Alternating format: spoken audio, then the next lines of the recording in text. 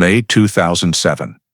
The humid air heavily enveloped the land that was once the abandoned Hawthorne Hill farm, about 25 miles from downtown Beaufort, South Carolina. Light from the construction site lamps cast down on the red dirt as the excavator suddenly stopped. The worker jumped out of the cabin, his eyes glued to something emerging from the mud. "Control, I need backup now." "Could be human bones."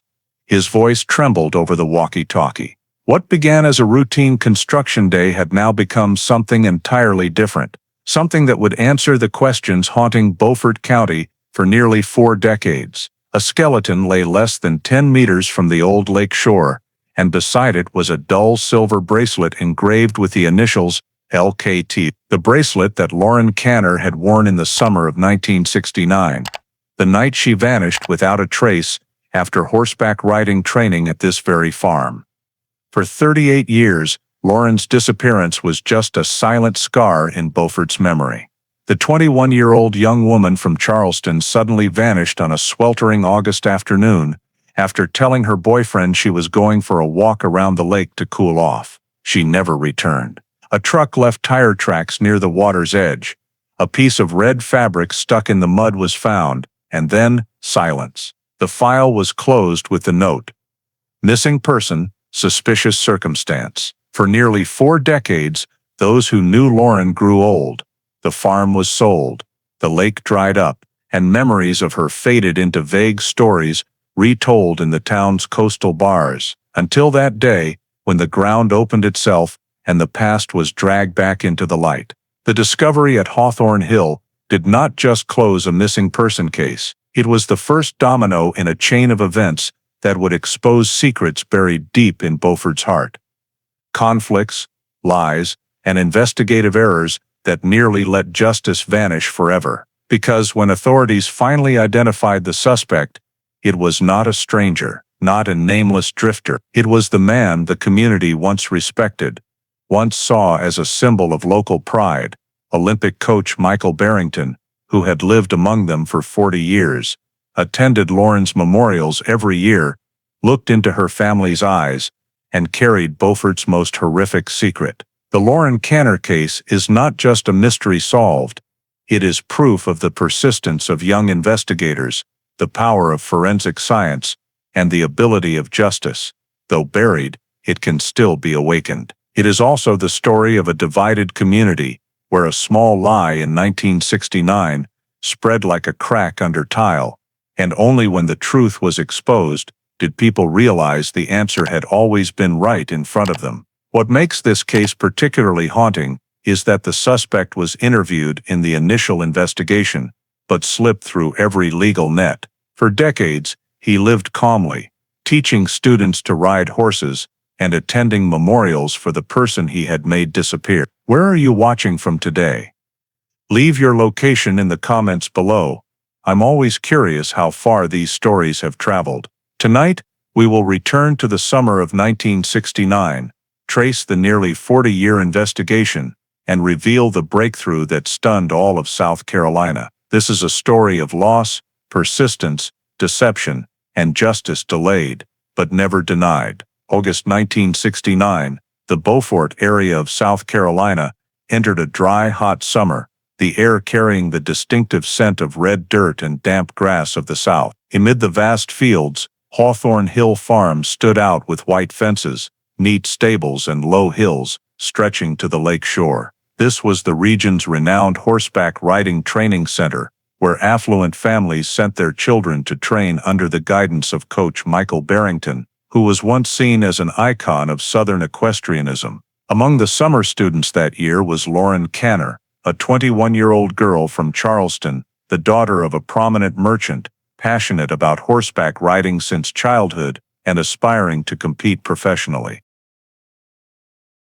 She had moved to Hawthorne Hill earlier that year, living in a small guest house with her boyfriend Robert Goodwin, who worked part-time in the stables. Their life at the farm seemed peaceful, tied to misty morning training sessions and afternoons filled with the sound of hooves echoing from the pasture. But on August 3rd of that year, Lauren disappeared. That morning, she participated in the training session with Michael Barrington as usual, with a few other students watching. Those present later recounted that there was a short argument between the two about how Lauren handled the young horse and about her wanting private training to prepare for an upcoming competition. The session ended earlier than usual. Lauren led the horse away from the stable area, telling a friend she wanted to take it to the lake for water and to calm it down after the session. From then on, no one saw her again. As night fell, Robert began to worry. He searched the stables, called out around the woods, went to the lake behind the farm but found no trace.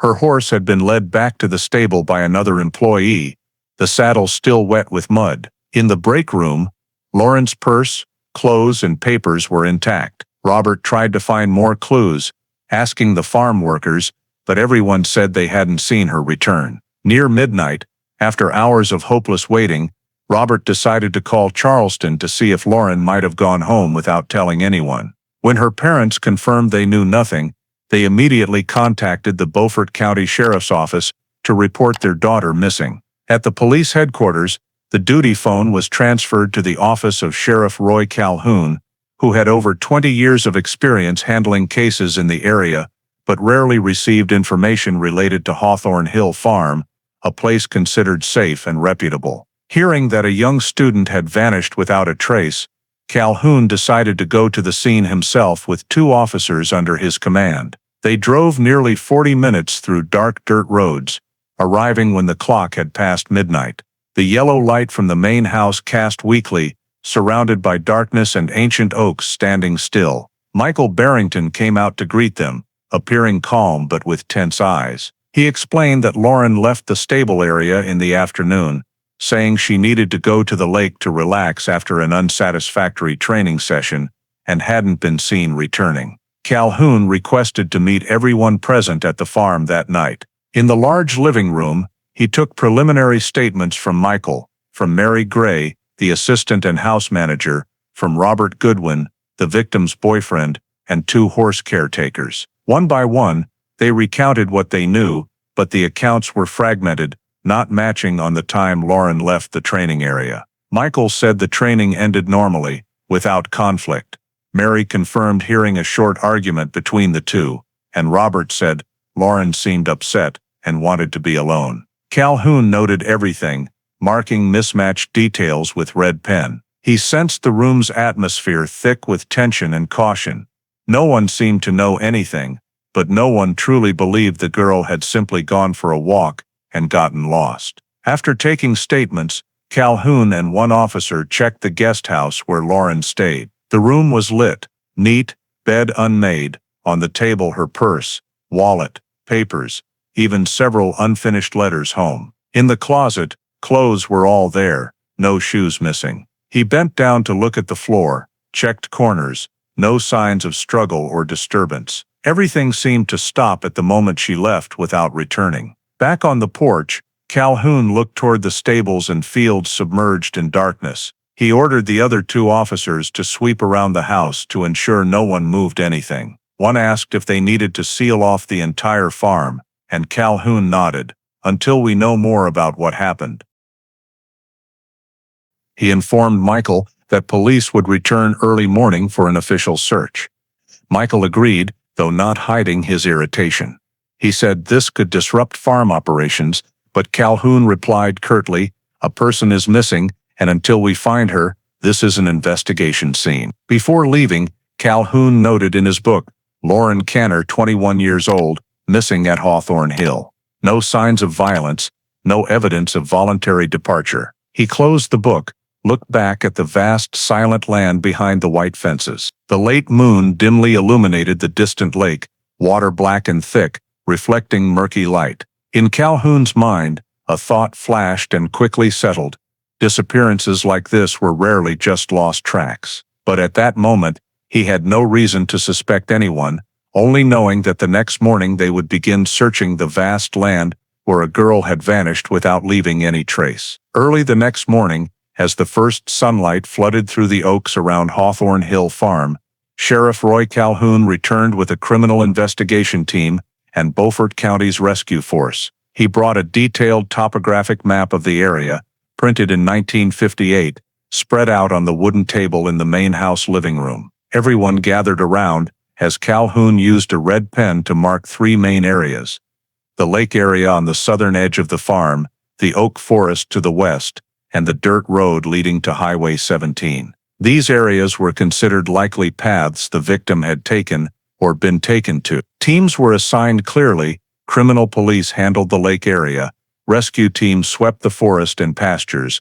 and volunteer locals scanned along the farm fences. Michael Barrington and the workers were required to stay within the main house area, only responding when investigators asked. The weather that day was stifling, steam rising from the lake surface, making the air oppressive. The sound of generators, search dogs, footsteps crunching on wet grass blended into a heavy noise lasting all morning. Police used small boats to survey the lake, probing deep water points with poles, but only found mud mixed with weeds. To the west, searchers went deep into the forest, marking past areas with red tape. No trace of Lauren, no clothes, no personal items, no physical signs. Sheriff Calhoun noted in the temporary report, no direct clues found at the scene. Need to expand search range outside the property. He requested a large map of the entire Beaufort area to compare terrain and flow around the lake, because if the victim fell into the water,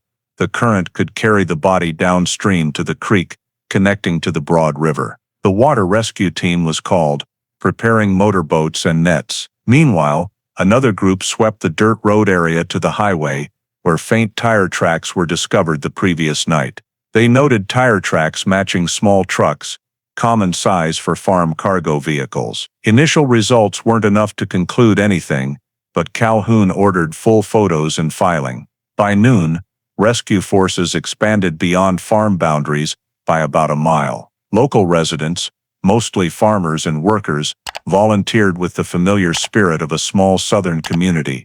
Everyone knew each other. Everyone wanted to help. They brought sticks, shovels, even flashlights and food, walking in lines through weeds and reeds. A few elders said they had known since childhood that this lake was deep and full of sinking mud, some spots sinking to the waist, so the chance of finding anything under there was nearly zero without draining the water. In the afternoon, as temperatures rose, the search paused for rest. Only Wallace's group, the youngest officer on the investigation team, continued sweeping around the guest house. He carefully checked every path, fence, stable, and noted trampled grass near the back gate. Signs someone had passed the night before. He photographed with the Polaroid camera he carried, filing in the temporary dossier. As for Sheriff Calhoun, he spent most of his time observing the attitudes of those at the farm. Michael maintained calm, sometimes showing impatience. Mary avoided interaction, silently cleaning around the kitchen, and Robert, Lauren's boyfriend, was restless, alternately asking the search team and staring at the lake as if waiting for something. The afternoon passed without results. Near evening, Calhoun gathered everyone back to the main house to compile information. The report noted, lake, forest, and pasture areas thoroughly swept within 3 miles, no clear traces of the victim. Rescue planned to expand north the next morning, where terrain connected to old swamps. Based on existing evidence, Calhoun temporarily concluded the incident showed no signs of voluntary departure. He filed the official missing person report, case number 69-411, determining this as a case requiring investigation for unusual circumstances. Before leaving the farm, he looked back at the empty yard, where white fences glimmered under the sunset. Everything looked peaceful, as if nothing had happened, but in his notebook, Calhoun underlined 3 words, not voluntary. For him, that was the starting point of a search his intuition told him would not be simple at all. The next morning, as fog still thickly covered the lake surface and the oak canopies were drenched in moisture, the search team returned to Hawthorne Hill to continue the work. Sheriff Roy Calhoun brought an updated map based on the first day's search results, marking additional areas for deeper scanning on the southern lake shore and the dirt road leading to the field behind the farm. He divided the forces into 3 groups. The water rescue team handled the lake bed, the criminal investigation team checked the land perimeter, and the local group assisted in sweeping along the route out the gate. Everyone gathered right at dawn, the air so quiet that the sound of water dripping from leaves to the ground could be clearly heard. Hawthorne Hill Lake spanned over 20 acres, with murky water, shores mixed with weeds and chest-high reeds, making the search highly obstructed. Small boats equipped with poles began moving slowly, scanning each area. On the west shore, where the trail led to the side gate, Wallace discovered faint skid marks on the dirt, as if something heavy had been dragged and then disappeared at the water's edge. He bent down and saw in the mud a partial imprint of a woman's shoe, small sole, pointed toe, the type commonly used for horseback riding. The imprint was not deep, indicating the person was unsteady, possibly dragged or stumbling.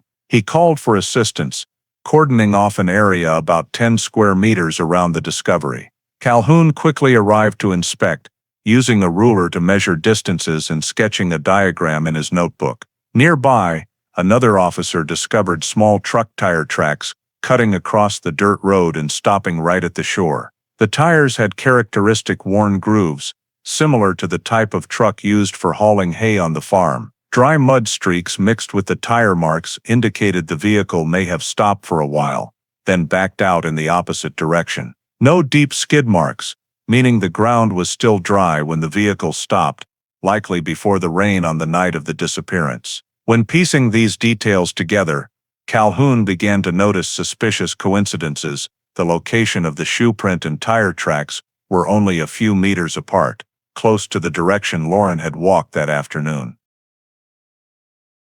He ordered photos taken, soil samples collected, and the area marked with wooden stakes. All morning, the search team focused around this region, carefully probing the mud with iron rods, but no foreign objects were found. Nevertheless, those scant traces led Calhoun to change his initial assessment. In the internal report, he wrote, "Likelihood of victim falling into water by accident low. Traces indicate intervention by a vehicle." When the rescue team returned to the east shore, they discovered the dirt road connecting to the farm's main path had tire marks extending all the way to the gate.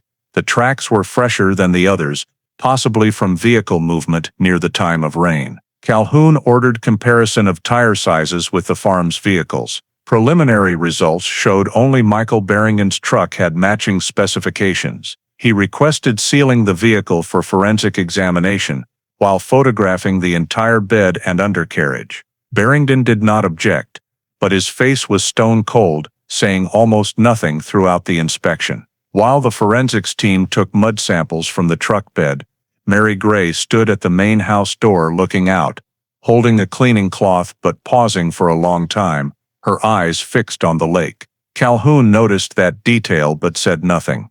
By noon, the search around the lake still yielded no further traces of Lauren. However, the appearance of the woman's shoe print and tire tracks near each other forced police to expand the investigation scope. Calhoun had tape strung around the West Shore area, marking it as the primary suspect scene. A small wooden sign was planted, reading "Do Not Cross. Police Investigation." All farming and training activities at the farm were temporarily halted. The rescue force withdrew to rest, while the criminal investigation team stayed to reconstruct the scene diagram. In the temporary office set up in the living room, Calhoun and Wallace sat comparing the map and scene records. They preliminarily concluded that the victim likely left the stable area on foot toward the lake, encountered an incident or someone at that location, and may have then been transported by truck. Though no direct evidence yet, the physical factors indicated this was no longer an ordinary missing person case. Calhoun signed the second-day search report, underlining the final line, "Primary scene, Hawthorne Hill Lake area." For him, clearly defining the suspect range was the first, albeit small, step forward in a case gradually revealing hard-to-explain gaps. As the sun set behind the trees, the cordon tape reflected a faint red glow, surrounding the calm lake, which was now no longer just a peaceful scene of a southern farm, but had become the focal point of a real investigation. When the search around Hawthorne Hill Lake ended on the second afternoon, Sheriff Roy Calhoun returned to the temporary office in the farm's main house to meet with the investigation team. Reports, scene photos, and evidence collection records were spread across the table. From the available data, the investigation team officially built 3 initial hypothesis directions about the cause of Lauren Canner's disappearance. First direction, she left voluntarily. This hypothesis was quickly eliminated after cross-referencing room inspection results and statements from involved parties. All belongings, money, papers, even the jewelry she usually wore, remained intact. No signs of preparation to leave, no letters or notices sent to family. Second direction, accident while riding. Lauren was experienced, having competed in many amateur events, but the possibility of falling from the horse or slipping near the lake could not be ruled out. However, the rescue team finding no body after 2 days of boat and probe scanning weakened this hypothesis. The lake was not deep. If an accident occurred, the body would likely have surfaced. Calhoun noted in the record, no evidence of riding accident. Third direction, and the most focused, the possibility the victim was harmed by someone at the farm. Basis for this hypothesis came from scene traces, the woman's shoe print and truck tire marks, matching a vehicle owned by Michael Barrington, along with contradictions in his and assistant Mary Gray's statements. Calhoun ordered the criminal team to concentrate all resources on this investigation direction. He began with formally interrogating Michael Barrington in the temporary office right in the main house area. The interrogation lasted over 2 hours. Michael sat straight-backed, answering each question in an even tone. He affirmed that between him and Lauren, there was only professional disagreement about riding techniques, no personal conflict. When asked about the tire tracks at the lakeshore, he said it was because his truck frequently went to that area to transport hay and tools, nothing unusual. Calhoun asked when he left the stable. Michael replied around late afternoon. But in Mary Gray's previous statement, she said he stayed to check the stables until nearly dark. This contradiction was clearly noted by Wallace, the officer in charge of recording, in the report, time discrepancy 45-60 minutes, unverified. When Calhoun asked if he could prove where he was after the session, Michael replied no one could confirm because everyone had gone to their rooms. His entire demeanor was calm, but his eyes avoided contact whenever Lauren was mentioned. Ending the session, Calhoun clearly sensed the restraint in the words of the man once famous for being composed and in control of emotions. He noted privately, unusually confident attitude, need continued monitoring. Immediately after, Mary Gray was invited into the room. In contrast to Michael, she appeared tense and flustered, voice halting. When asked about that afternoon, she confirmed hearing an argument between Michael and Lauren about changing the training schedule. Lauren seemed angry, while Michael ordered her to stop the session. Mary said she didn't know what happened after, only remembering Lauren leading the horse toward the lake. When asked about the truck, she replied it was still in the yard that afternoon, and she wasn't sure who used it after she left the kitchen area. Calhoun noted it, but suspicion arose inside. If Mary was in the house all afternoon, how did she know the details of the argument between the two? He ordered Wallace to re-examine the entire timeline of activities for everyone at the farm that day, especially from the end of training until dark. Outside, other officers continued checking vehicles in the area, comparing tire marks with samples from the lake shore. Preliminary results showed the tracks had the same tread pattern as Michael's truck, but wear was insufficient for exact confirmation. The forensics team noted soil and mud samples from the undercarriage to send to the Charleston Technical Lab. In the end-of-day comprehensive report, Calhoun wrote, 3 hypotheses examined. First 2 eliminated due to lack of basis. Third hypothesis, criminal act involving farm personnel, prioritized for investigation. Immediate objective, verify truck movement and individuals' whereabouts between 17 o'clock, 20 o'clock on August 3, 1969. As he signed the record, he paused his pen, then underlined Michael Barrington's name on the list for additional interrogation. Outside the window, late afternoon light shrouded the lake, yellow cordon tape shimmering. 2 days after Lauren's disappearance, the case was no longer an ordinary missing person in the eyes of Beaufort police, but was now considered a potential criminal case where every next step would focus on those who had lived and worked right within this very farm. The third day of the investigation began with re-examining all statements from those present at the farm. Sheriff Roy Calhoun and Officer Henry Wallace sat in the temporary office in the main house, cross-referencing each record. Just hours later, they discovered a series of significant contradictions about the time Lauren left the stable area on the afternoon of August 3rd. Michael Barrington stated the training ended around mid-afternoon, when the sun was still harsh, and Lauren left immediately after leading the horse out of the training area. Mary Gray affirmed she saw Lauren heading toward the lake when the sun had faded around late afternoon while she was cleaning in the kitchen. Meanwhile, Robert Goodwin said he met Lauren at the stable around the same time, and she said she wanted to go to the lake to cool the horse down. The three statements did not match on the time frame, with a discrepancy of at least over an hour. Particularly, Calhoun noted that both Michael and Mary affirmed they did not see Lauren return, yet both described her mood nearly identically: tired, wanted quiet. The word-for-word overlap made Calhoun suspect they had discussed before being questioned. He decided to summon both back for clarification. The second interrogation took place in the narrow room behind the main house. Michael was invited in first. Calhoun re-asked the training sequence, end time, and what he did after. Michael stuck to his statement, saying he stayed at the stable until dark, then went to the main house. When asked why Mary said she saw Lauren leave later, he only replied, she might remember wrong. His voice was even and firm, no emotion shown. Calhoun continued asking about the tire tracks near the lake. Michael said his truck was used by many people, possibly someone drove it out when he didn't know. The answer caught Calhoun's attention, because earlier Mary said the truck did not leave the yard that afternoon. After Michael left the room, Mary was called in. She sat low, hands clasped tightly, voice so soft Wallace had to lean in to record. When asked, she confirmed talking to Michael after the first session. Calhoun stopped writing, asked again, "Did you and he discuss the interrogation content?" Mary hesitated, then said, "He just told me to say exactly what I saw." This answer was recorded verbatim in the minutes. Continuing the interrogation, Mary said she did not remember the exact time Lauren left the training area, but definitely still light. She affirmed not seeing anyone use the truck that afternoon, nor hearing the engine. The contradiction between her and Michael's statements became clear.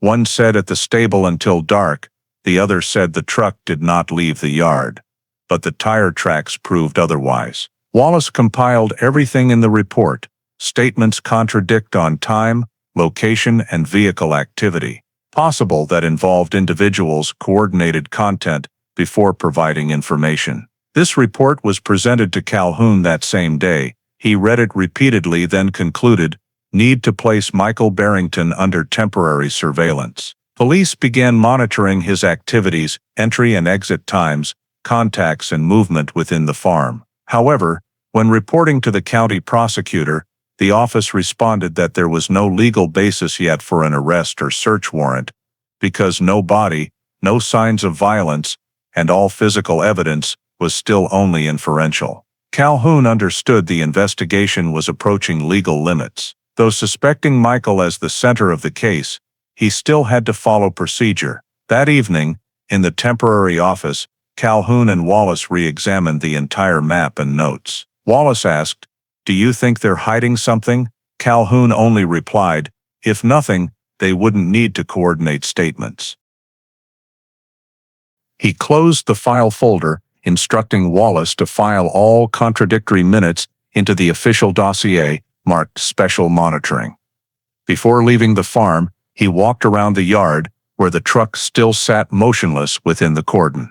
Light rain began to fall, covering a thin dust layer on the hood.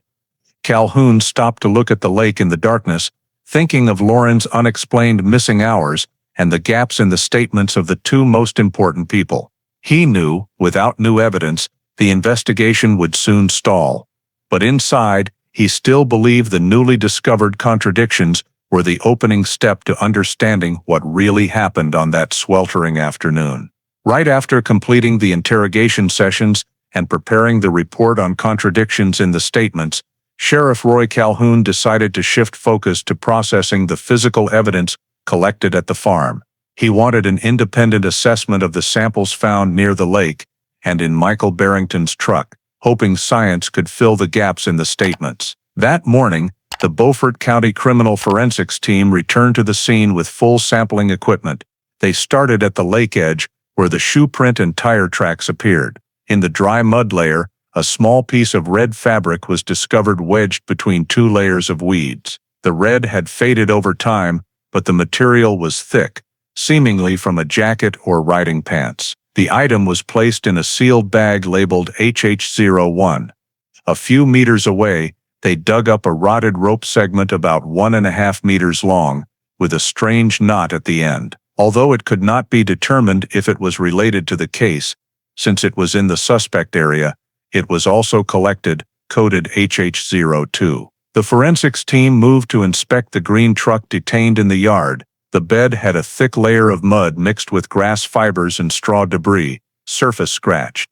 They scraped all the mud from the bed into 3 small jars, numbered HH03A to HH03C. In the cabin, no signs of struggle or strange stains, steering wheel and door handles shiny clean, possibly wiped recently. Calhoun stood nearby, observing every step meticulously, noting in his book, "No blood, no biological traces, only natural matter." He understood that in 1969, forensic technology was very limited. The Beaufort County lab could only analyze fabric fibers, soil samples, and compare material structures under optical microscopes. Advanced tests like DNA or biological trace analysis were still unfamiliar. Nevertheless, Calhoun wanted everything done by the book. 2 days later, the samples were transferred to the county lab in Charleston. Results returned by the weekend showed no convincing evidence. The red fabric was common synthetic wool, not distinctive enough to identify origin. The rope had coarse jute fiber structure, similar to types used in many local farms. The mud samples only showed mineral composition matching Beaufort red soil, nothing special. The lab concluded, no blood, no human body traces, no unusual chemical traces. Reading the report, Calhoun felt disappointed, but not surprised. He knew this was a predictable outcome with current technical conditions. However, he still requested all samples be kept sealed, believing they might be needed later. On August 17th, all evidence was transported by specialized vehicle to the Beaufort County Sheriff's Headquarters, recorded in minutes number 69411A. Each package was numbered, labeled, with detailed descriptions of collection locations. Calhoun signed the final confirmation with the note, "Long-term storage, legal value undetermined." While finalizing the file, Wallace suggested reviewing Mary Gray's interrogation section, as she had said rope in the stable was missing after the session. Calhoun noted it, but could not cross-reference due to the rope being rotted, no specific fiber identification. Still, this detail was added to the evidence appendix, noted possible match type. Afterward, the samples were moved to the county evidence vault in compartment number 14, along with many other unsolved case files. The summary report sent to the Beaufort County prosecutor clearly stated, no physical evidence proving criminal act, no signs of violence at scene. Calhoun closed the file folder, looking at the evidence list, consisting of just a few short lines. He knew the case was approaching a deadlock, though traces around the lake raised many suspicions. No specific forensic results had legal weight. In his personal note, he wrote, "These scant evidences may be the key, or completely meaningless, cannot conclude without finding the victim." That evening, officers completed sealing the evidence cabinet, locking it with 2 padlocks, and placing the keys in the sheriff's office. Lights in the storage room gradually turned off, leaving long shelves full of cardboard boxes labeled with case names. On a high corner, the small box coded 69411, Hawthorne Hill Farm, Lauren Canner disappearance, was placed on the shelf. None of them knew those seemingly useless samples would lie there for decades, waiting for a time when science could make them speak. But for Calhoun then, the only important thing was completing the final step of an investigation process whose temporary result was still zero, no blood, no body, no direct evidence, only faint fragments, sealed as the last part of an unaccomplished effort. After the forensic evidence results were returned showing no clear criminal signs, Sheriff Roy Calhoun decided to hold a second formal interrogation with Michael Barrington. He realized that, despite no physical evidence, all indirect circumstances still revolved around this man, the last to have conflict with Lauren, and owner of the vehicle with traces in the suspect area. The interrogation took place at the Beaufort Police Office on the morning of August 19, 1969. Michael arrived on time, neatly dressed in a white shirt and khaki pants, with the calm demeanor of a man accustomed to disciplined environments. He did not request a lawyer, only saying briefly that he was ready to cooperate to end all baseless suspicions. Calhoun started with questions about Michael's daily work at the farm, training schedule, and his relationship with students. His voice was even unchanging, showing confidence and control. When asked about Lauren Canner, Michael described her as a diligent student, but easily emotional. He admitted arguing with her in that day's session, but emphasized it was just professional, nothing serious. When Calhoun asked about rumors that Lauren wanted to leave the camp because she felt not trained as agreed, Michael smiled faintly, saying young students often have overly high expectations. He completely denied any personal relationship beyond teacher-student boundaries, stressing multiple times, "She was just a student." Calhoun noticed he often avoided eye contact when asked directly about this relationship. Instead of answering straight, Michael shifted the conversation to farm management, sometimes repeating unimportant details. His calm, unflinching attitude made it hard for investigators to gauge true emotions. Whenever Lauren was mentioned, he kept an even tone, showing no sympathy or worry, only referring to the duty of a coach. This gave Calhoun the feeling the man before him was deliberately keeping distance from the case. When moving to the disappearance afternoon section, Calhoun re-asked detailed timelines, requesting Michael recount the entire sequence. He repeated almost identically to previous statements. Session ended mid-afternoon. Lauren left.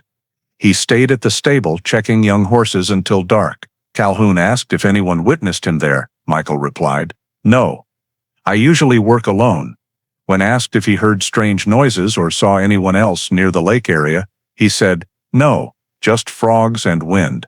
Throughout the interrogation, Michael never lost composure, even occasionally making light jokes, as if in conversation rather than under suspicion. Wallace, recording the minutes, clearly noted, high control attitude, evades details, no internal contradictions in statements, but repeats sentence structures almost memorized. On the truck section, Calhoun directly addressed the tire tracks found at the lake. Michael replied curtly, "Those could be old marks.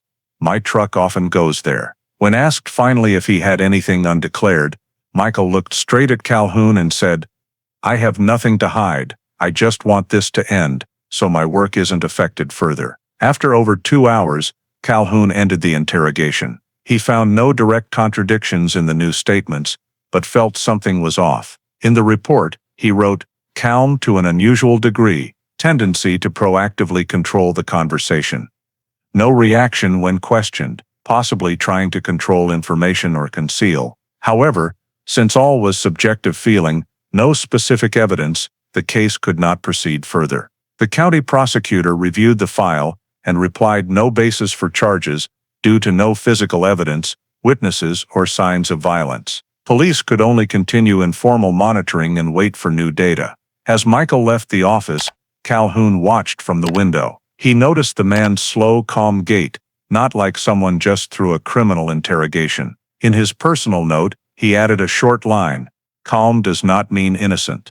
That was the only conclusion he could record at day's end, in a case where all traces were gradually fading with time. 3 weeks after Lauren Canner's disappearance, the search at Hawthorne Hill Farm and surrounding areas was officially scaled back. Over 20 police officers, rescue teams, and dozens of local volunteers had scoured every square meter of land, from the lake, pastures to the western oak forest edge. But the final result was still zero. No new traces, no body, no additional evidence to reveal what happened to the young woman.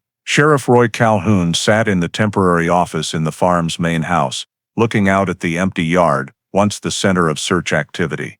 Cordon tape had been removed, wooden stakes marking the scene piled by the porch. Everything returned to quiet as before the incident, but for Calhoun, the sense of incompletion still weighed heavy. In the past 3 weeks, he had the lake bed scanned 3 times, mobilizing professional divers from Charleston, using probes and nets in all suspect areas. Results only yielded a few rusted metal pieces and old trash. Forest and backland areas were thoroughly swept. Some spots plowed the topsoil for burial signs. However, all efforts stopped at meaningless gaps. The final comprehensive report was over 50 pages, with the new evidence discovery section completely crossed out. Wallace, the youngest officer, was tasked with compiling photo files and field records. He spent nearly a week organizing hundreds of Polaroid photos, but when showing Calhoun, he just shook his head. Nothing changed since the first week. Calm lake water, high weed shores, and a few tire tracks now erased by rain. In the summary meeting, the Beaufort County prosecutor attended and proposed temporarily closing the file, classifying missing person, suspicious circumstance, meaning disappearance with suspicious factors, but insufficient for criminal basis. Calhoun was silent a long while before signing the minutes. He understood this was the only legal step in the current situation. All indirect evidence had been exhausted, while Michael Barrington maintained calm attitude, continuing farm work as if nothing happened. A week later, the investigation team withdrew from the scene, handing the area back to the owner. Sealing tape around the truck was removed. Vehicle returned to Michael after prosecutor confirmed no reason to hold. At police request, he signed the handover paper, neat handwriting, no emotion shown. Receiving the truck, he only said one short sentence, "I hope you find her." Calhoun did not respond. He knew this case had reached the limit local investigation could do. Search volunteers gradually left. Only a few half-planted red flags scattered around the lake, swaying in the wind like silent witnesses. Internally at the sheriff's office, File 69-411 was completed. The lead investigator's assessment section, handwritten by Calhoun, cannot rule out criminal possibility. Cannot determine if victim alive or dead. No direct evidence proving criminal act. Recommend file storage, long-term monitoring. On the last line, he added in blue ink, "If body found, restart from lake." The thick file was moved to Beaufort County storage, in the incomplete files section. The evidences, red fabric piece, rope, mud samples, resealed, sequentially labeled, stored in safe cabinet coded 14A. Calhoun personally oversaw the handover, checking each seal and signing the final minutes. When the vault door closed, the metal sound rang sharply, marking the end of the investigation's first phase. Afterward, he returned to the office, writing a 2-page internal memo to superiors in Columbia, detailing the entire case progression and requesting the file remain open in special monitoring status. In the conclusion, he emphasized, despite no evidence, Lauren Canner disappearance bears characteristics of intentional act.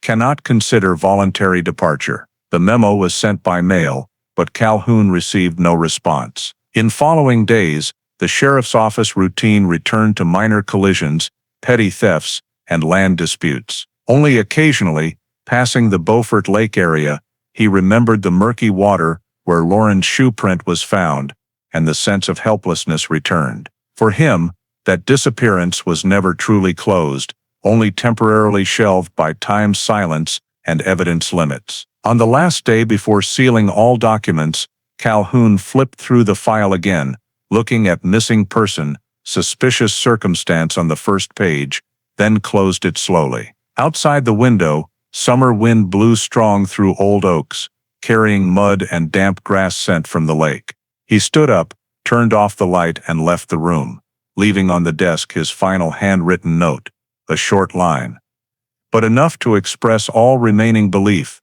The lake, where it begins, will also be where it ends. After the Lauren Canner disappearance file was classified as missing person, suspicious circumstance, and placed in storage, Time began to dust over everything that had stirred Beaufort in the summer of 1969. Hawthorne Hill Farm quickly returned to normal rhythms, but that quiet atmosphere was never truly the same as before. By late 1970, Michael Barrington sold the entire training facility, citing health reasons and a desire to move to a warmer climate. He left South Carolina, settling in Florida, where many in the equestrian world knew he opened a small farm, continuing to teach new students. His departure was quiet, with no objections from county authorities, as legally he was no longer a suspect.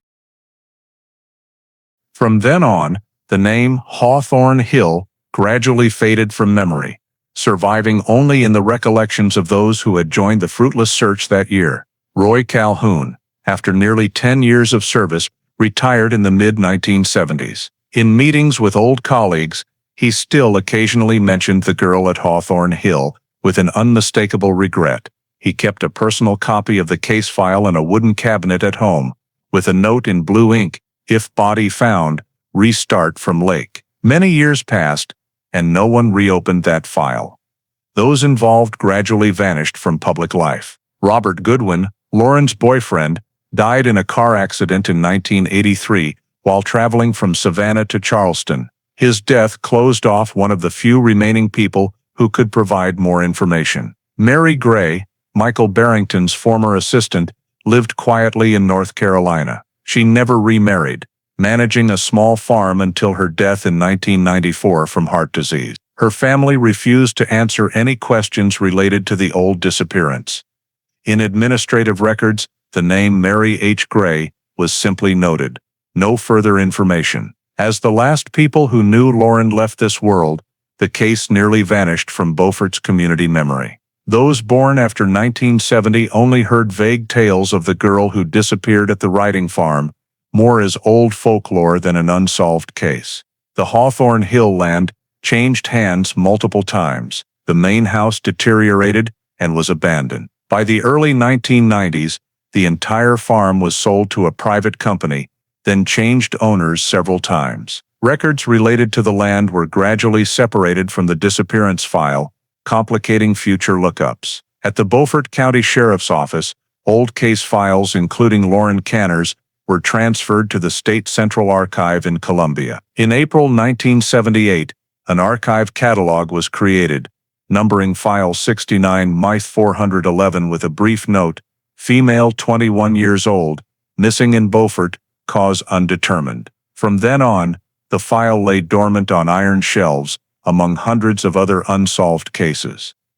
Occasionally, a young officer in training would flip through the old pages by chance, but no one had reason to dig deeper. Inside the file box remained the small evidences, the red fabric piece, rope segment, a few faded Polaroid photos, and Roy Calhoun's interrogation minutes. The handwritten line from years ago, "If body found, restart from lake," was still clear, but no one noticed. By the mid-1980s, state investigation technology began to change, but old disappearances like Hawthorne Hill remained outside priority lists. Police focused on new cases, while old files were considered beyond pursuit. The Lauren Canner case became one of hundreds like it.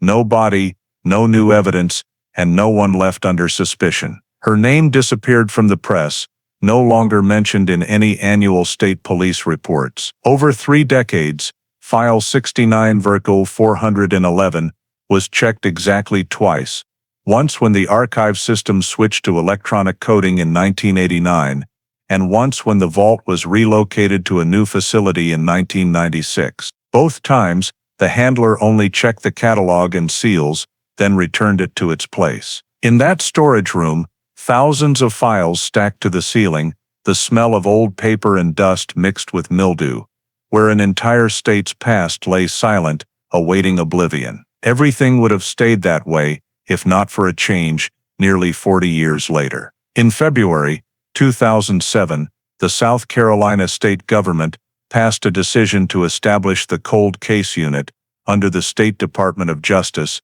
tasked with reviewing criminal files pending before 1980. The unit was equipped with modern DNA forensics, with access to all state and county archives. In the first quarter, they began categorizing hundreds of unsolved cases, from Charleston, Columbia, Greenville, to Beaufort. Among the hundreds of unsolved cases transferred to the South Carolina Cold Case Unit desk in spring 2007, File 69-411, stood out in no way. The thin document bundle consisted of just a few yellowed typed minutes, some blurry Polaroids, and a few small sealed evidence packets.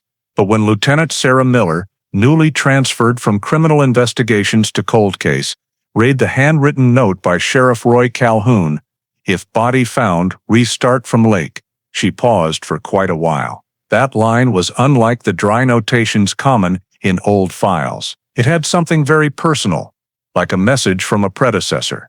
Sarah continued opening each page, reading the summary carefully. Victim Lauren Canner, 21 years old, disappeared August 1969 at Hawthorne Hill Farm, Beaufort. No body, only indirect traces, file temporarily closed. Main evidences included red fabric piece, rope segment, and mud samples from Michael Barrington's truck. Technical notes clearly listed, sealed, unopened since 1969. That detail caught her attention. In most old cases, evidence was usually lost, damaged, or destroyed due to storage regulation changes. The fact these samples remained intact for nearly 40 years was rare. Sarah brought the file to Cold Case Unit Commander, Captain Greg Thomas, proposing to consider reopening the case. Thomas looked at the backlog list, pondered a moment, then nodded. "If samples are intact, try it. We need files testable with new techniques." The re-examination order was signed that day. 3 days later, Sarah and 2 technicians went to the Columbia Archive to retrieve evidence. In the large room thick with old paper smell, she immediately recognized the box labeled 69-411 on the brown sticker. Inside, everything was still wrapped in thick plastic bags, sealed with 1969 stamps, Sheriff Calhoun's seal, still crisp. The samples were transported by specialized vehicle to the Charleston Forensics Lab to begin modern analysis. When opening the first evidence packet, the red fabric piece, the technician carefully used tweezers to remove it, placing it under the microscope. Under cold light, each synthetic fiber structure appeared clearly. In the fiber layers, they discovered dark streaks, possibly dried blood. This sample was separated for DNA analysis. The rope was also examined, core still intact, a few fine hairs stuck at the knot. Sarah requested testing the old mud samples from the truck bed. With modern spectroscopy equipment, the team identified the soil's mineral composition, then compared it to Beaufort area geological data. Preliminary results showed the mud nearly perfectly matched the type of soil at Hawthorne Hill Lake shore, same red clay mineral ratio, and characteristic organic sediment. This confirmed the truck was present in that area at the exact time the 1969 investigation noted. Sarah flipped through the old minutes again, where Calhoun had written, "Tire tracks compatible with Barrington's vehicle, no direct evidence." Now, modern science could clarify what was then only speculation. While awaiting DNA results, Sarah continued reviewing information on involved parties. She discovered Michael Barrington was still alive, residing in Wellington, Florida, where he ran a small riding camp. Mary Gray, the former assistant, had passed away. Robert Goodwin, Lauren's boyfriend, long dead in an accident. This left the case with almost only one central figure. Still, Sarah was cautious. She did not want to conclude hastily before specific biological evidence. A week later, the lab sent the first results. The red fabric fibers contained female DNA, matching the blood sample of Lauren Canner's mother, stored in Charleston's 1968 medical records. This discovery confirmed the fabric was part of the victim's clothing, not a random object. Additionally, in the hairs stuck to the rope knot, they found male DNA traces, sufficient for comparison. Sarah immediately requested retrieval of Michael Barrington's biometric records, as he had fingerprints taken for a sporting gun ownership permit. No DNA yet, but biological markers could be reobtained if needed. With this series of results, Sarah formally proposed reopening investigation file 69411, submitting to the State Department of Justice. Her 4-page summary concluded, main evidences intact. Female DNA evidence matches missing person. Soil sample establishes direct link between vehicle and suspect area. Recommend expanded DNA analysis and re-interview of involved individual. The report was approved within 2 days. That night, leaving the office late, Sarah looked back at the old file box on her desk. Under the light, the faded label Lauren Canner, Hawthorne Hill Farm reminded her she had just reopened a story abandoned for nearly 4 decades. She added a small line in her investigation notebook. Roy Calhoun's work started at the lake, and so does mine. In May 2007, while the re-examination of Lauren Canner disappearance evidence was underway in Charleston, an unexpected event occurred in Beaufort, over 100 miles south. The land once Hawthorne Hill Farm had been sold to a local construction company for lakeside residential development. After nearly 40 years abandoned, most of the area was overgrown with weeds and brush. In the site leveling plan, the old lake, once the 1969 search center, was partially filled to expand internal roads. On the morning of May 14th, workers digging foundation with an excavator discovered dark red soil mixed with small bone fragments. At first, they thought animal bones, but as more was dug, the shape emerging forced the operator to stop. Under about half a meter of moist soil was a portion of a human skull, darkened to brown. The site manager immediately called local police. Within an hour, Beaufort County scene forces arrived, cordoning the entire area. The report quickly reached the cold case unit, where Lieutenant Sarah Miller was handling 69411. Hearing human bones, Hawthorne Hill, Sarah set out immediately, bringing the entire open file. The cordoned area was precisely on the old lake's west shore, only about 10 meters from where the 1969 file noted shoe print and tire tracks. Under the current sheriff and Sarah's direction, the forensics team conducted careful excavation. The thick, moist soil layer made the work last 2 days. Finally, they found a nearly complete skeleton lying on its side, head toward the lake. Arm bones folded in front of the chest, some finger joints still wearing rusted rings. Beside the right wrist bone was a thin silver bracelet, inner side engraved with initials LK. Everyone on the team understood its meaning, but no one said it. Sarah only bent down to look for a long time, then requested scene photos from multiple angles before moving the remains. Soil samples around the pit were collected for composition analysis. Inside the burial pit, they also found a few rotted red fabric pieces, matching the color of the sample stored in the 1969 file. All were sealed, coded HH 2007, and sent to the South Carolina State Forensics Institute. Preliminary forensic report was returned within a week. Gender determined female, age at death approximately 20 to 25, matching Lauren Canner's age in 1969. Based on bone density and skull characteristics, experts estimated burial time 35 to 40 years, fitting the disappearance timeline. No major impact traces on bones, but the skull had a small crack behind the nape, possibly from blunt force. The forensics team extracted marrow from the femur for DNA analysis. Comparison was done at the Charleston lab against the blood sample of Lauren's mother, Mrs. Elizabeth Canner, still in old medical records. After 3 days, the official report was sent to cold case unit, 99.99% match. Skeleton DNA matches Mrs. Elizabeth Canner's sample.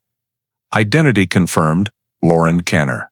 Reading those lines, Sarah Miller knew the case had officially shifted from missing to homicide investigation. She reported results to superiors and received orders to coordinate with the Beaufort State Prosecutor's Office. The next day, a short press release was issued. Female human skeleton found at Old Beaufort Lake confirmed as Lauren Canner, missing since 1969. Investigating authorities consider this a criminal case, proceeding with next steps. News spread quickly across the state.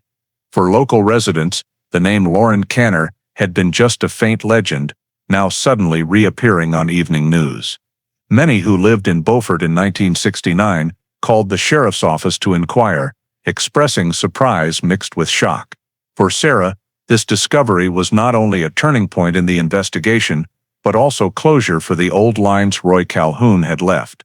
Everything led back to the lake, just as he wrote. The skeleton and accompanying evidences were transferred to the Central Forensics Lab for detailed examination.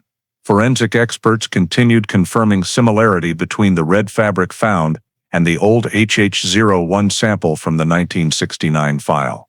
The LK silver bracelet was solid silver, matching the description by Lauren's parents in the personal property minutes. They had said she always wore that bracelet since age 16, never taking it off. The comprehensive report was signed by both Charleston and Beaufort forensics agencies, stating, DNA forensics evidence and personal characteristics confirmed skeleton identity as Lauren Canner, disappeared August 1969.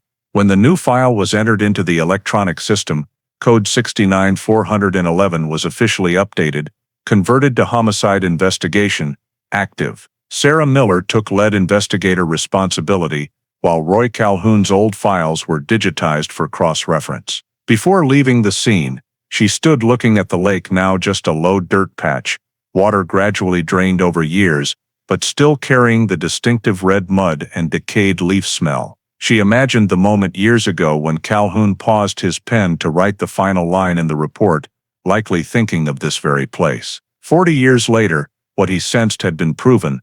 The answer lay under the moist soil of Hawthorne Hill Lake. And now, with the body found, Beaufort's longest-standing disappearance was no longer a mystery. It had officially become a homicide case needing resolution. Immediately after the DNA identification results confirmed the skeleton found at the old lake site was Lauren Canner, Lieutenant Sarah Miller ordered the reopening of all old evidence collected in 1969. The goal was cross-comparison between newly discovered samples and those stored for nearly 4 decades. All sealed evidence packets from that year were transferred from the Columbia Central Archive to the Charleston Forensic Lab under strict controlled conditions. When the old plastic bags were opened, inside remained the red fabric piece, dry soil sample, rotted rope segment, and a few long hairs stuck to the bag's edge. Under the lab's white lights, evidence once deemed useless now became the most critical leads. The red fabric piece was examined first. Using infrared spectroscopy, the forensic specialist determined the dark stains once thought to be dirt were actually dried blood. They extracted DNA samples, comparing with Lauren Canner's DNA from the femur bone. Results matched perfectly, confirming the fabric was part of the victim's clothing at the time of death. Next, the team examined the HH02 rope segment excavated in 1969. Under electron microscopy, they discovered male epidermal cells at the knot, possibly left during tying or dragging. This cell sample was processed with modern DNA extraction techniques, then compared to the state database. No matches in the system, but when cross-referenced with voluntary DNA from individuals previously involved, including Michael Barrington's biometric records stored from 1998 in a sports medical check program, a match appeared. The DNA sequence on the rope and Barrington's sample were 99.97% identical. This result was immediately retested at an independent lab in Columbia for confirmation. Both independent units produced the same outcome. Sarah Miller received the report early morning, silently staring at the bold line in the conclusion. Male DNA source on rope matches Michael Barrington's sample. She said nothing, only instructing the team to continue examining the soil and remaining hairs. Mass spectrometry soil analysis showed the mud sample from the 1969 truck bed had sediment, red clay, and fine sand ratios nearly perfectly matching the soil at the body discovery site. This was geological evidence confirming the vehicle had moved to the victim's burial area. The hairs were separated and tested via mitochondrial DNA sequencing, suitable for partially degraded samples. Results showed 2 hairs belonged to the same man, genetic code matching Michael Barrington's DNA. Some hairs still had glue streaks and red mud powder, similar to Hawthorne Hill Lake soil. When compiling all results, The modern forensic report painted a clear picture. Lauren Canner died near the lake in summer 1969, with signs of assault before the body was temporarily buried under lakeside soil. The rope found at the scene was used to drag or bind the victim, bearing Michael Barrington's DNA. Soil in his truck matched the burial site soil, indicating his vehicle was present during the incident. The forensic report was over 30 pages, detailing examination processes, analysis results, with comparison microscope images and gene charts. In the conclusion, the lab director wrote, "Based on scientific results, sufficient basis exists to establish direct connection between suspect Michael Barrington, victim Lauren Canner, and Hawthorne Hill Lake area, Beaufort County. Cause of death, skull trauma and mechanical asphyxiation. Manner of death, homicide, murder." Upon receiving the conclusion, Sarah Miller requested technicians cross-reference all information in the original 1969 file. Every detail matched astonishingly with Roy Calhoun's assessments nearly 40 years earlier. He had noted in the final report, "Cannot rule out victim harmed at lake." That judgment, via new era technology, was now proven with absolute numbers and gene charts. Sarah immediately prepared a synthesis report for the South Carolina State Prosecutor's Office, including all technical data and supporting documents. In the presentation, she stated, "Physical, genetic and geological evidence confirms intentional criminal act. DNA traces match Michael Barrington, with motive and opportunity. Recommend advancing file to prosecution phase." The report was submitted to the state prosecutor that same day, marking the first time since 1969 the Lauren Canner case was classified as homicide. Signing the final document, Sarah recalled Calhoun's line in the old file, "If body found, restart from lake." Now, all evidence circled back to that starting point, where the lake had dried over the years, but still held the answer time had tried to conceal. On her desk corner, she added a new label to the file bundle, "State of South Carolina versus Michael Barrington, Homicide Investigation, 2007. The old investigation had officially entered a completely different phase. After the DNA and soil mineral results were confirmed, Lieutenant Sarah Miller proposed the next step, fully reconstructing the crime scene using modern forensic technology to precisely determine the location and sequence of events from nearly 40 years ago. This was a new method applied by the Cold Case Unit, combining geological data, 3D modeling, and physical scene analysis to recreate the crime space based on collected evidence. The South Carolina State Forensic Team began by gathering all Beaufort area topographic maps from 1960-1970, including U.S. Geological Survey data and the first NASA satellite images. They input terrain parameters into specialized 3D modeling software, reconstructing the entire Hawthorne Hill farm before subdivision. The old lake, dirt roads, stable area, main house and oak forest were all recreated with error under 10 centimeters. Concurrently,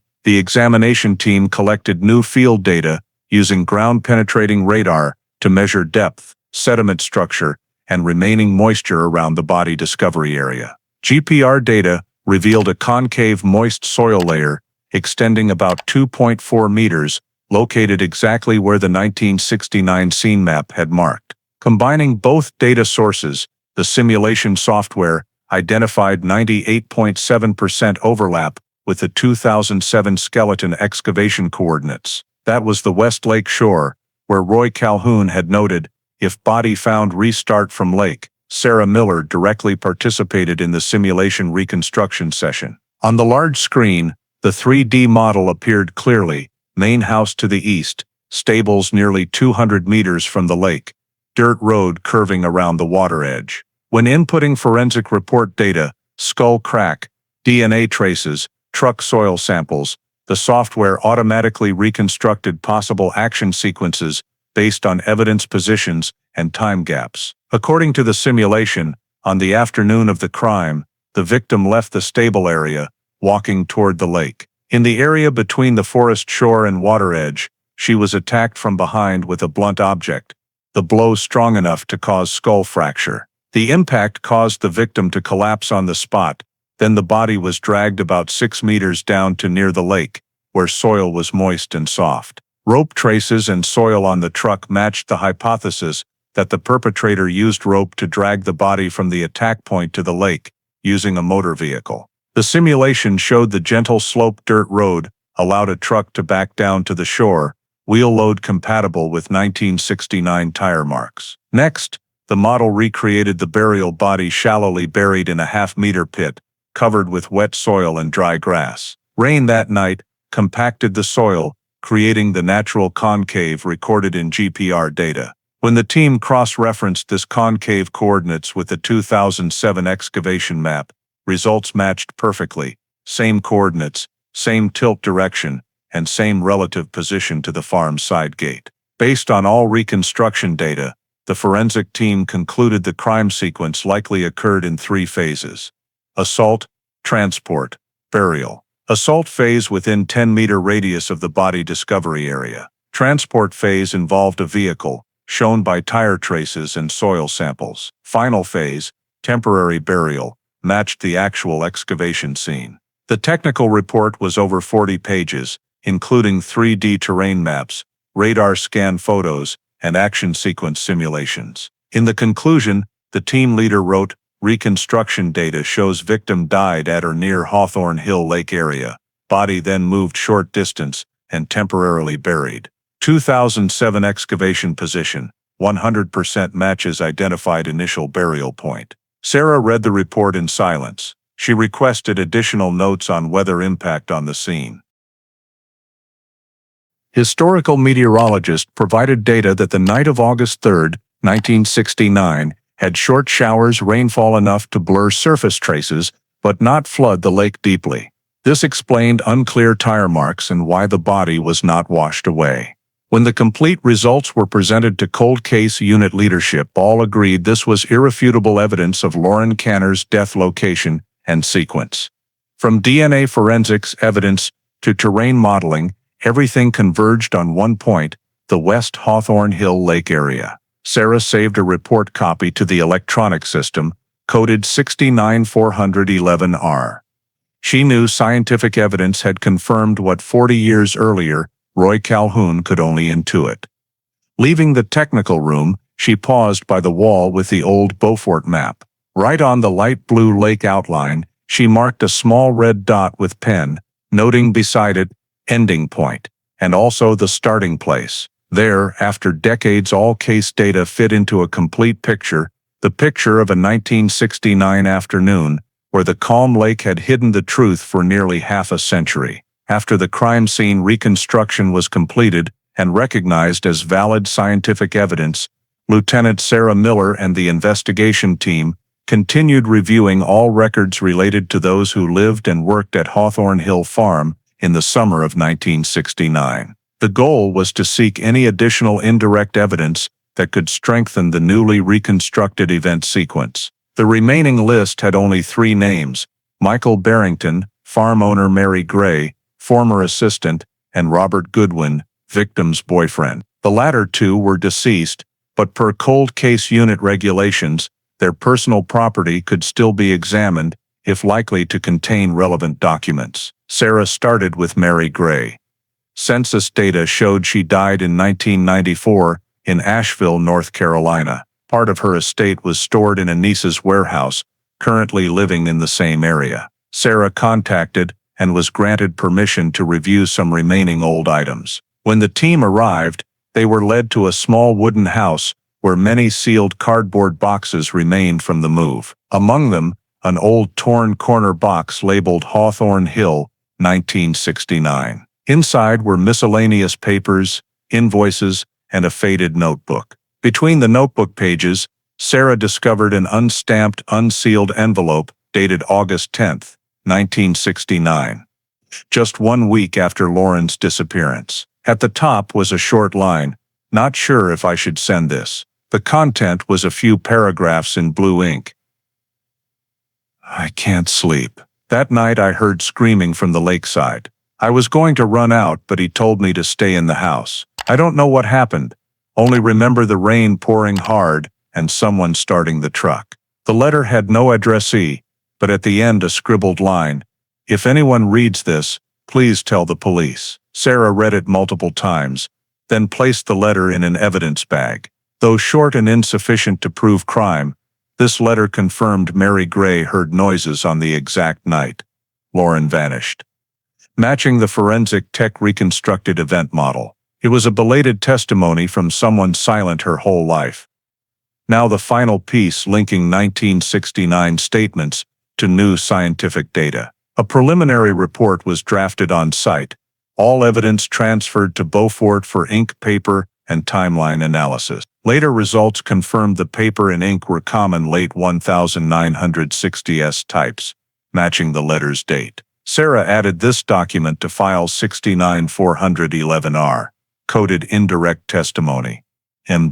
Gray. Meanwhile, another team in Florida was tasked with reviewing Michael Barrington's information. He then lived in Wellington suburbs, in a small house next to his private riding farm. Since the case had shifted to criminal investigation, the team could request a local court for limited search warrant if signs of evidence emerged. The inspection was conducted discreetly in early July 2007 under Florida State Police supervision and South Carolina prosecutor's representative. In Michael's office, among many riding photos and old awards, a small wooden box on the shelf drew attention. Inside were a few keepsakes, competition medals, old watch, and a tarnished silver medallion. Flipping the back, officers read engraved, "Lauren." Michael explained it was an old memento gift from a student, kept as a souvenir. However, upon close inspection, the tech team noted the medallion had fine red soil adhesion, characteristic of Beaufort soil rather than Florida's yellow sand. This soil sample was separated, sent to Charleston lab for analysis. Results showed mineral composition fully matching Hawthorne Hill lake scene soil. Same red clay, iron oxide, and organic residue ratios. Additionally, surface chemical analysis indicated the medallion was buried in moist environment for a long time before initial cleaning. This suggested it had been underground, likely in the same area as the victim's body. Cross-referencing Michael's 1969 statement, he had affirmed keeping no items of Lauren's. The medallion evidence and soil broke that consistency. Sarah received the results report that evening. She sat quietly in the office, looking through the window where streetlights cast on outside trees. On the desk, two evidences, Mary Gray's letter and the silver medallion engraved Lauren, lay side by side, like the final pieces of an untold story. One was testimony of that night's scream, the other physical remnant of the deceased. In the report to Cold Case Unit leadership, Sarah wrote briefly, "Mary Gray's letter confirms noises at scene on victim's disappearance night. New evidence seized at suspect's home contained soil-matching burial site geology. Scientific and indirect evidence sufficient for legal basis to request interrogation and arrest warrant for Michael Barrington." The South Carolina State Prosecutor's Office reviewed the file and approved the proposal within 48 hours. An open interrogation warrant was issued, with temporary arrest request for criminal investigation. Signing the final document, Sarah knew the investigation circle had closed. Every lead, from old handwritten letter, soil on medallion, to scene model, converged on one name. After nearly 40 years, the Hawthorne Hill Lake disappearance finally had a clear direction, and evidence silent for half a century had spoken. The formal interrogation with Michael Barrington was conducted on the morning of July 21, 2007, at the Florida State Police Office in Palm Beach County. Presided by Lieutenant Sarah Miller, South Carolina Cold Case Unit representative. Michael was then 70 years old, silver hair, posture still straight, but much thinner than in old file photos. He arrived on time, wearing a light blue shirt, carrying a small notebook, and insisting he was ready to cooperate to clear any misunderstandings. Sarah arranged a simple room, long table, two facing chairs, audio recorder in the middle. Before starting, she clearly informed his rights that the interrogation was under South Carolina State Prosecutor order and all content would be audio and video recorded. Michael nodded, voice even, almost emotionless. Sarah began with questions about current life, Wellington farm work, to create natural conversation flow. Michael answered briefly, politely, sometimes with a social smile. When she shifted to the 1969 case, he paused slightly, then spoke slowly. I don't know why this is coming back after so many years. I said everything I knew back in Beaufort. Sarah opened the thick file before her, pulling out a black and white photo of Michael at the old scene, asking, "Do you remember August 3rd, 1969? Michael glanced at the photo, then shook his head. Nothing clear. That's half a century ago. I've taught hundreds of students. I can't remember each one. Sarah quietly pulled out the DNA comparison certification copy, placing it on the table.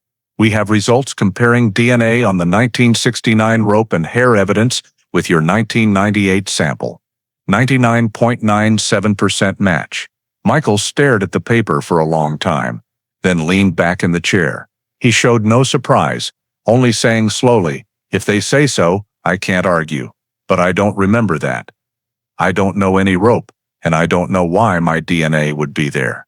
Sarah kept calm eyes, continuing. "Additionally, we found a medallion engraved Lauren at your Wellington home. Soil on it fully matches Hawthorne Hill lake soil. Can you explain why?" Michael was silent for quite a while, then replied in an even low voice. "I don't clearly remember its origin. Maybe someone gave it to me. I've kept many student gifts. I can't distinguish." Sarah moved to Mary Gray's letter, showing him the copy. She wrote hearing, screaming, and a truck starting near the lake that night. "Do you know what happened?" Michael squinted at the paper, then pursed lips. "Mary was a good person, but imaginative. Heavy rain, strong wind, maybe thunder or animal sounds. I didn't go out that night."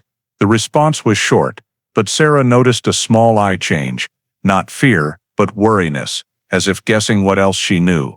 The interrogation lasted over 2 hours. Sarah sequentially cross-referenced each evidence: DNA, soil samples, handwritten letter, reconstruction map. She did not accuse, only asked him to confirm or deny. Michael repeatedly used phrases, "I don't remember," and "that was too long ago." When asked finally if he ever went to the lake area during Lauren's disappearance time, he looked straight at the recorder and said, "If I did something wrong, I would have been arrested 40 years ago. Now I have nothing to hide, but I really don't remember." Voice low, hoarse, seemingly mixed with fatigue. Sarah noted all reactions, attitude, speech pauses. She knew not to expect confession, but his non-denial of forensic results had legal value. When she read back the summary minutes for him, Michael corrected nothing except one sentence. "I didn't say I did it, I just said I don't remember." Though not admitting, in investigative language, it was indirect acceptance. Silence before irrefutable evidence. Ending the session, Sarah requested he sign the minutes confirmation. He held the pen long, then placed a neat signature below. As she collected documents, Michael slowly stood, asking, "So where does this go?" Sarah replied briefly, "South Carolina State Prosecutor will decide. My task is to transfer the full file and interrogation minutes." He nodded, said nothing more, only looking out the window where Florida light filtered through old palm fronds. That same afternoon, the interrogation minutes were sent to Beaufort via secure electronic system, with attached audio and video storage. Sarah added final comments: "Subject maintains formal cooperation, denies memory of events, does not refute DNA or material results. No panic signs, but clear internal conflict when facing evidence. Legal basis sufficient to advance file to criminal prosecution."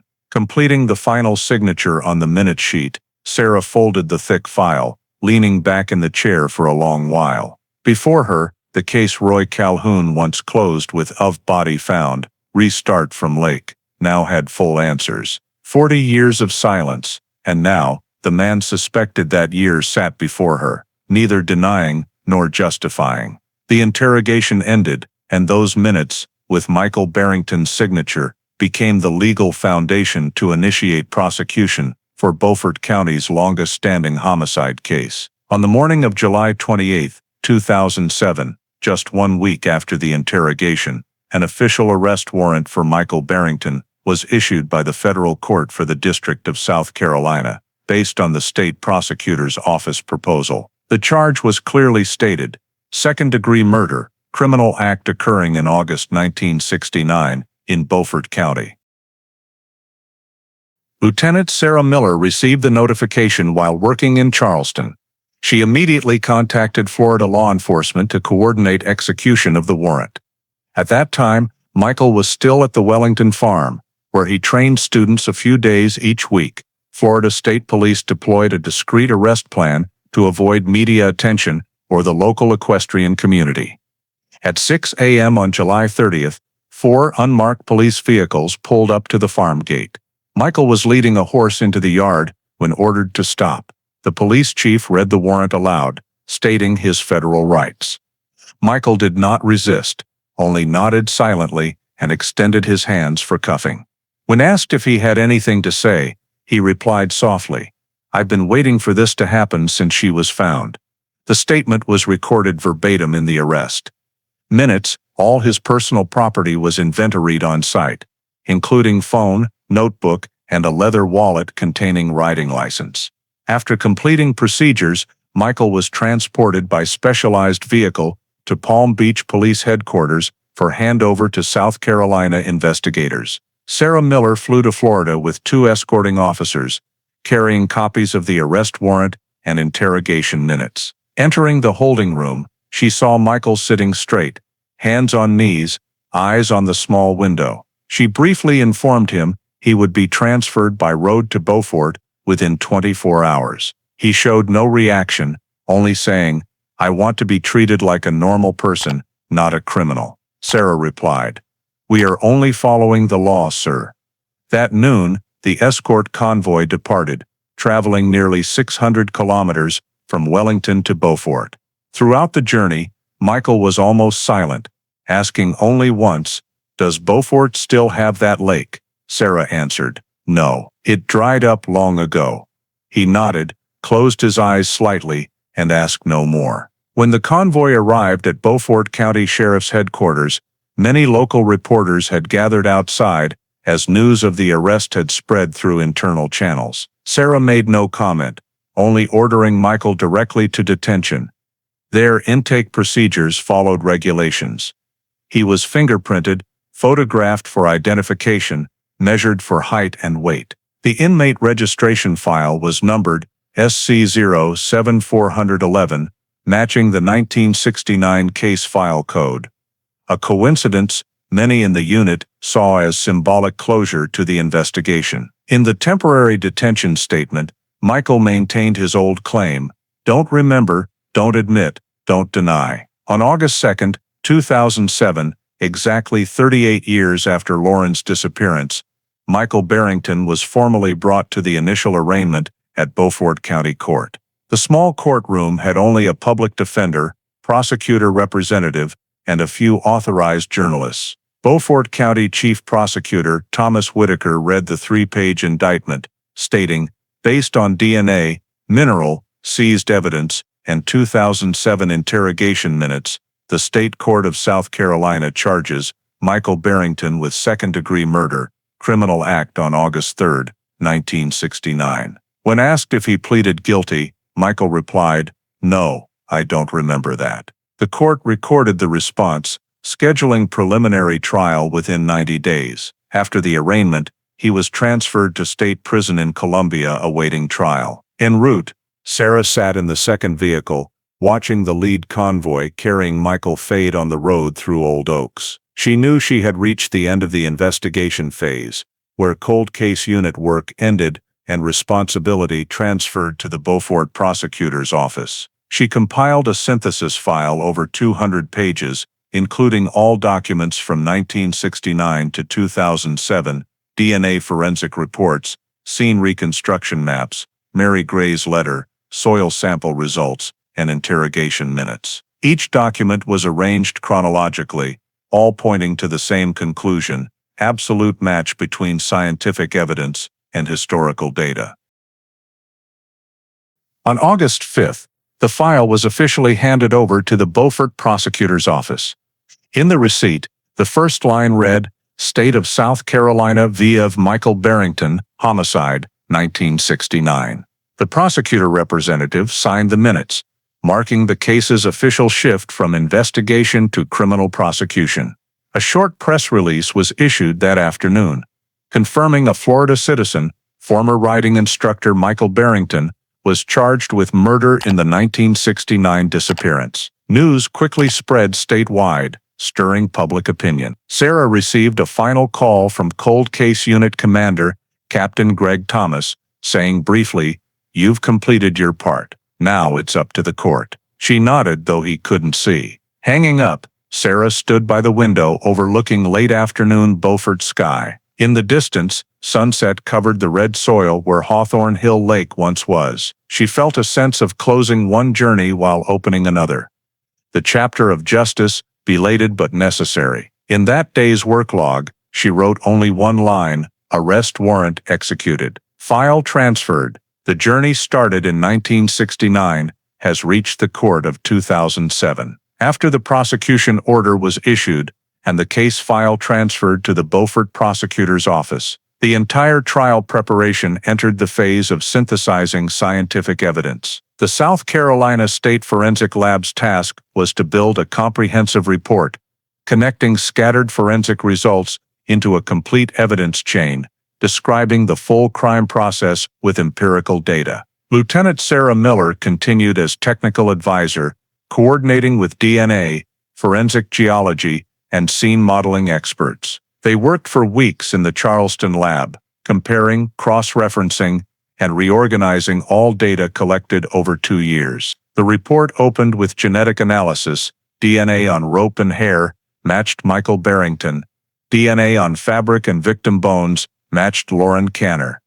No third-party genetic traces. The second part was geological examination. Soil on truck bed, silver medallion, and burial pit had identical iron oxide, red clay mineral, and silica ratios, existing only at Hawthorne Hill Lake area. The third part synthesized physical evidence. Red fabric fibers, rope, LK, engraved silver bracelet, and soil-adhered medallion confirmed as victim's property or directly related. All evidence was linked by DNA or geology to one person, Michael Barrington. In the next section, experts used 3D scene model data to reconstruct not only location, but also action sequence. Based on 1969 weather, wind direction, and terrain slope, the model showed the West Lake shore was most accessible by truck from stables. Victim's skull fracture matched blunt force from a wooden shovel handle-sized object, common on farms. The report stated, single rear blow strong enough to cause skull trauma and instant unconsciousness. Then, body dragged to water edge with rope, temporarily buried in moist soil. Rope had male DNA matching Barrington. The forensic lab continued cross-referencing historical witness statements, Mary Gray, Robert Goodwin, and Michael Barrington's 1969 records, with physical evidence. Results showed surprising matches. Mary heard truck starting and short scream. Weather report confirmed light showers at 8 p.m., and simulation showed that time matched body transport phase. All data was chained into a specific sequence, lasting no more than 30 minutes, recorded in the report's event timeline. Asterisk 1830. Training session ends, Lauren leaves stables. Asterisk 19 o'clock. Meets Michael at side yard. Argument occurs. Asterisk 1910. 1920. Victim attacked near western forest edge. Asterisk 1930. Body dragged to lake shore and temporarily buried. Asterisk 20 o'clock. Truck starting sound, matching Mary Gray's testimony. For reinforcement, experts analyzed mud on Barrington's truck tires in 1969, Polaroids, comparing with Hawthorne Hill Lake mud shape in 2007 scene photos. Geological recognition software determined 98.5% similarity. The report concluded, The truck used in the incident was certainly present at the lake area on the night of the victim's disappearance. Besides physical evidence, the report addressed criminal psychology. Behavioral crime experts analyzed Michael Barrington's personality profile, built from old colleagues and student statements. They assessed him as perfectionist, highly controlling, prone to anger when authority challenged. Conflict with Lauren, a strong-willed student who argued, was seen as trigger for impulsive act. This description was in the report appendix, not to assign guilt, but to explain motive. When all data was complete, the scientific report over 150 pages was compiled into 3 main parts: 1 DNA and physical evidence, 2 geological, scene analysis, 3 crime behavior reconstruction. Each part had diagrams, images, comparison tables, and independent verification from 2 other labs. At the report's end, the conclusion was bolded. Based on independent scientific results and experimental cross-referencing, the South Carolina State Forensic Lab determines Lauren Canner died at Hawthorne Hill Lake area from blunt force attack. Body temporarily buried on site. DNA, physical evidence, and geology confirm Michael Barrington's presence at the crime location. This report was transferred directly to the Beaufort prosecutor's office with all samples and data disks. Sarah Miller oversaw handover, checking each sealed confirmation signature. When procedures finished, she noted in her log, all evidence matched into complete chain, no longer hypothesis, but crime structure determined by science. On September 10, 2007, the Beaufort prosecutor's office officially announced the complete criminal prosecution file. In the introduction, Chief Prosecutor Thomas Whitaker wrote, "Thanks to scientific progress, a case thought lost is now fully reconstructed, based on verifiable evidence and technical sequence. File sufficient for court prosecution. The line chain of scientific evidence completed, case ready for prosecution," was bolded on the file cover. Sarah left the forensic lab late that afternoon, holding a thick report copy.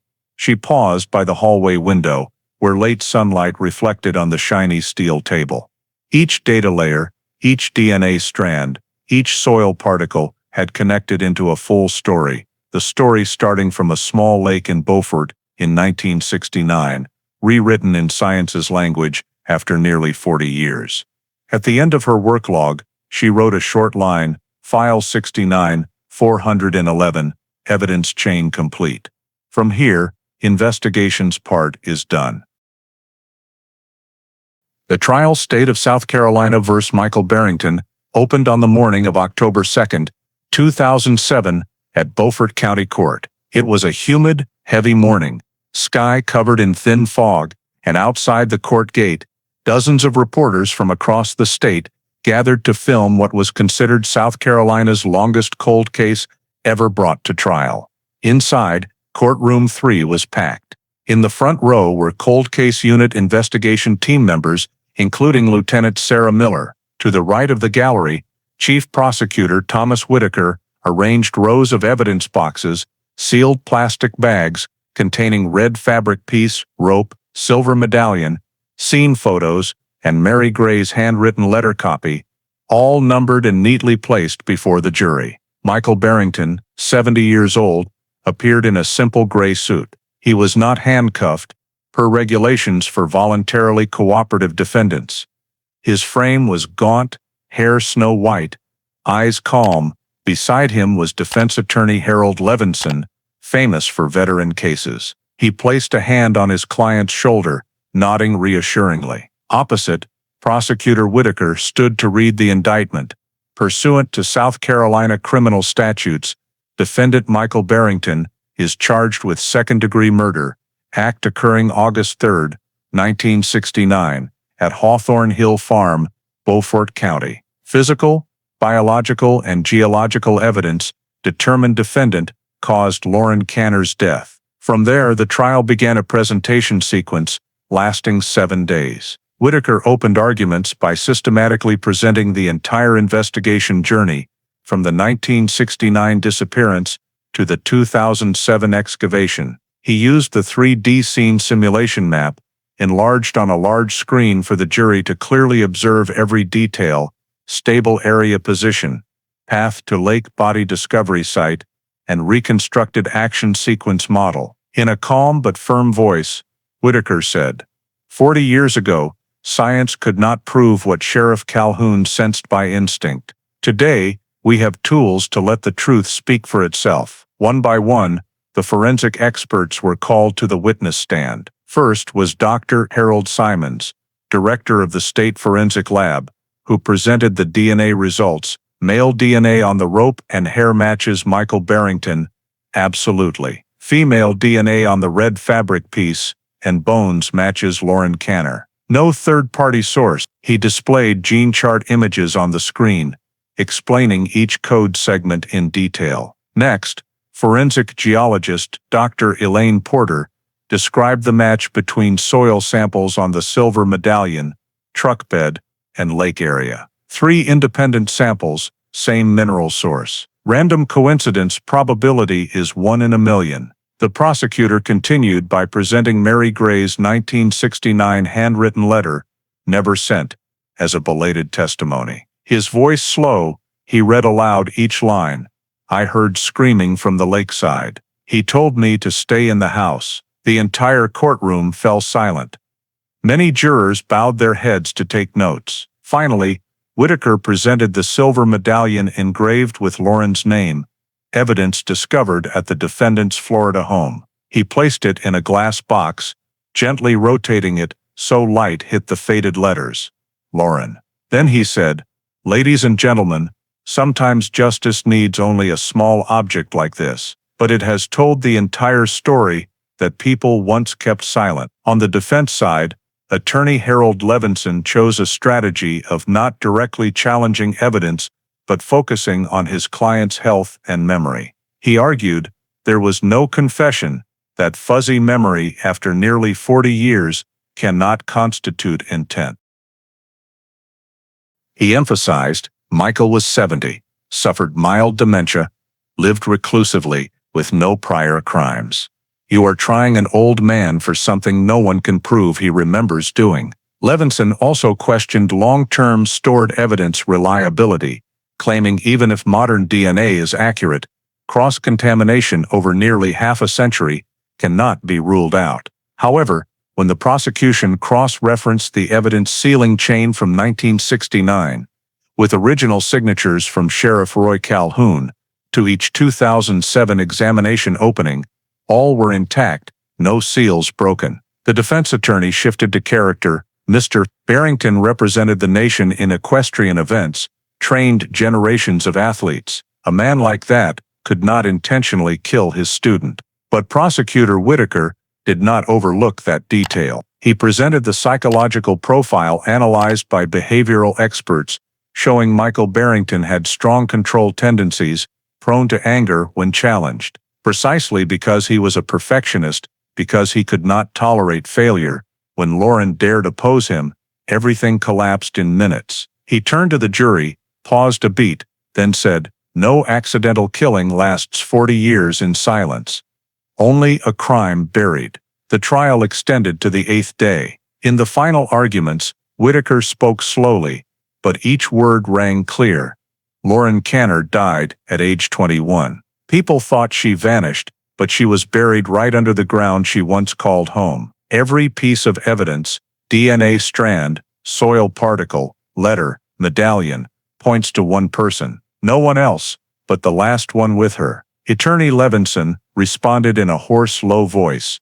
"You cannot punish memory. Let the past sleep." He paused, then added, "If there was fault, time has taken it." After 4 hours of deliberation, the jury returned to the courtroom. The foreperson, a middle-aged woman, stood to read the verdict. "We unanimously find the physical and scientific evidence proves the criminal act beyond reasonable doubt. Defendant Michael Barrington is guilty. Charge, second-degree murder, sentenced to life imprisonment without parole. Possibility. Considering the prolonged crime timeline and intentional concealment of the victim's body." The courtroom was dead silent. Michael bowed his head, hands clasped, saying nothing. Sarah Miller sat in the back row, only nodding slightly, not joyful, just a sense of closing a long arc of justice. Outside the court, Beaufort sea wind blew through old oaks, carrying salt and memories of nearly 4 decades. File 69-411 was finally closed, but what it left was not just a sentence. It was a reminder of human limits, science's power, and how justice sometimes arrives late, but never vanishes. Precisely from that silent moment in the courtroom, Lauren Canner's story extended beyond a single case. It became a mirror reflecting the value of belief, responsibility, and progress in modern American society. At that time, the case failed due to technological limits and outdated storage. But nearly 40 years later, thanks to DNA science development, 3D scene simulation techniques, and evidence preservation awareness, the truth was restored. This shows that in a culture respecting evidence and process like America, scientific progress serves not only knowledge, but also as a tool to protect justice. The story also reflects the importance of professional perseverance. From Sheriff Roy Calhoun in 1969, who left the note, "If body found, restart from lake," to Captain Sarah Miller in 2007, who inherited and turned intuition into scientific action, both represent the spirit of never accepting defeat among public servants. On another level, the case reminds American society of transparency and accountability. A small storage error, an interrogation oversight, can delay justice by decades. In today's America, where forensic technology, data, and artificial intelligence shape the justice system, the lesson from Lauren Canner's file remains valid. Technology only matters when people use it with ethics, caution, and belief that truth, no matter how long buried, deserves to be found. Justice does not come quickly, but it will if we never stop seeking it. If you believe justice can arrive even after decades of silence, please subscribe to the channel to join us in exploring other chilling cold cases uncovered by time and technology. Thank you for following Lauren Canner's case journey. See you in the next video, where past truths are once again brought to light.